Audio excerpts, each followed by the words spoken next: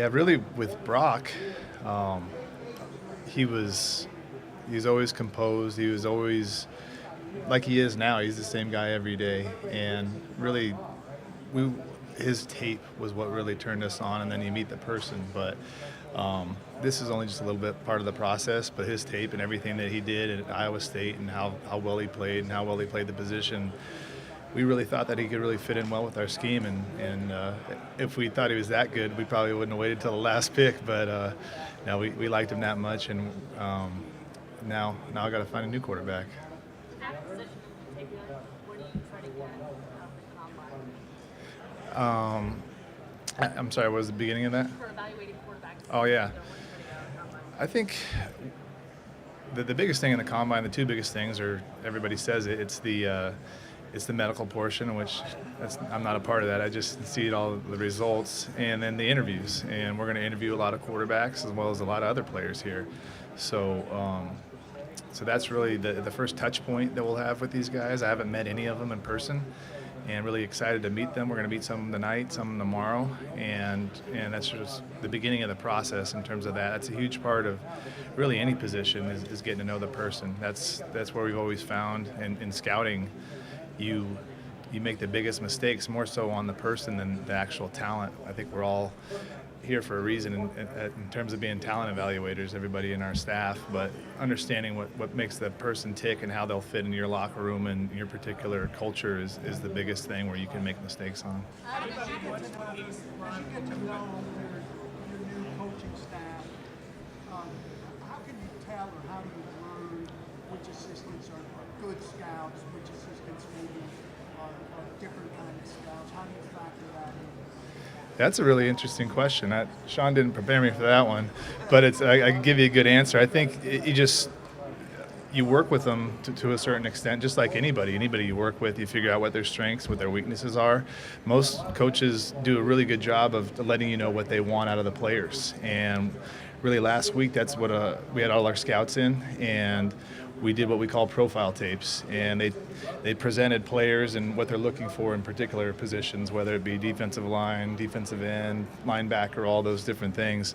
And they do a good job presenting what they're exactly looking for in our particular scheme that we're doing. So that was new for all of us, including me, because I haven't worked with most of these coaches. So understanding what Joe Witt looks for on defense, what Cliff looks for on offense, and all the different positions.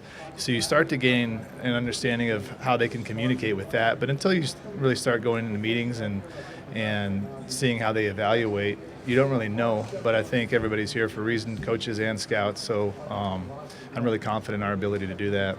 Everybody always wants one of those early draft picks to try to get one of the best offensive quarterbacks.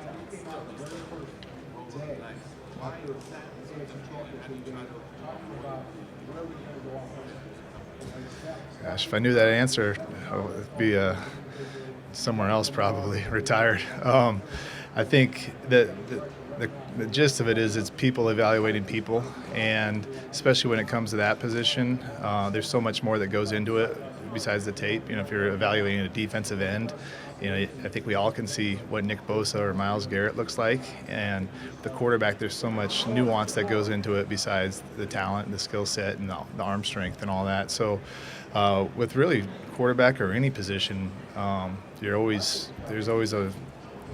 people evaluating people. So you're gonna make mistakes, and it's a matter of if you have a better hit rate. Really, that's the draft, is to try to hit on as many as you can. And the more hits you have, whether it's the first round pick or the seventh round pick or anywhere in between, that's how you build your team.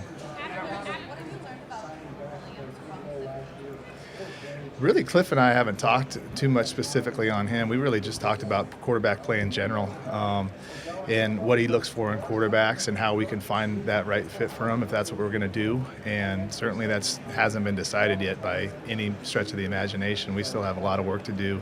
What we're going to do, whether it's that pick or later. We really like what we have in Sam right now, so we're really excited about that too. I had a great, it's funny, I learned this from John Lynch. When you're sitting in your office all day, you kind of just get in this rut where you're just like, it's dark, you got all these weird lights, and you need to get out. So Sam came to the facility a couple weeks ago and got a chance to hang out, and instead of sitting in my office, we just took a walk around Commanders Park and around the fields, and got to know him a little bit better. So I feel really good about him too. So we got a lot of different things we can do, but still really excited about him.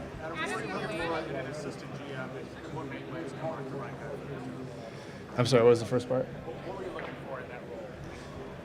Yeah, that's a good question. I think it's different for every team, but I think, at its core, as an assistant GM, you're looking for somebody who can aggregate all the information, give it all to the decision makers, where it's the head coach, the GM, whoever it is. And so someone who can organize all the scouting information, all the analytics information, all the different information that you get in order to make the best decision possible, and you filter it up to the decision makers. And so with Lance, his skill set's immense. Not just he's an excellent player evaluator. We never worked together, but we've been close friends for a long time. Always talked ball, talked about a lot of things. He's really good at a lot of things. He's kind of like, a lot of times he's been a North Star for me in terms of decision making, whether it's on a player or just on life. So having him in the building, I couldn't be happier, and really excited to work for him. And I don't think people really know how good he is. He's gotten a lot more notoriety, I think, with Detroit's success, and rightfully so. They've done an excellent job, but he's been a big part of that, and we're really happy to have him with us.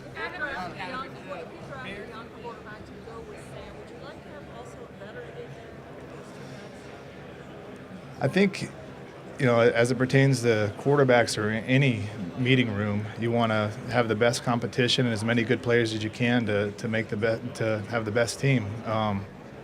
Talking about San Francisco a couple years ago, we needed, 4, Jennifer? Maybe 5 at the end, and so you need a lot. A lot of stuff can happen. So I think you always want to make every single meeting room as strong as it possibly can be, whether it's quarterback or defensive end.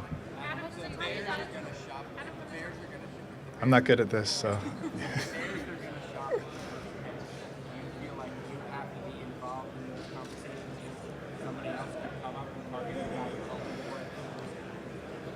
Really, with anything that could happen in this league, you always want to be involved in it, right?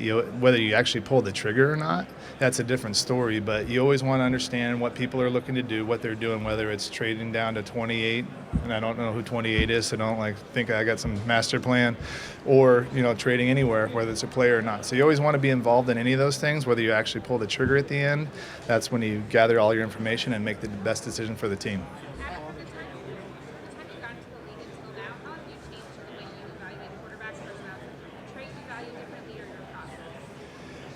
I think, you learn more and more every time you do it, and most of them are mistakes. I feel like it's really hard to evaluate quarterbacks, but you just try to get better and try to understand what you did the last time that was really good, what you did last time that was really bad, different processes. Hopefully there's not a whole lot of bad things that you did, but you always learn. And so it's constantly evolving, and I don't think anybody has the magic pill to understand that one. If they do, let me know. I'll hire them. But I think that's it. Just keep learning every year you do it. We subscribe to it, but it's just like all the different assessments. It's just a very, very small piece of the puzzle. You can break it down to just the general score, or you get it down all the little granular bits of it and try to pull different things that are predictive for your analytics group. So with all those different things, whether it's S2 or HRT, or I just gave a good shout out to HRT, so hopefully you can get a better deal. But I think you take all those things into account and understand what portions of it are important.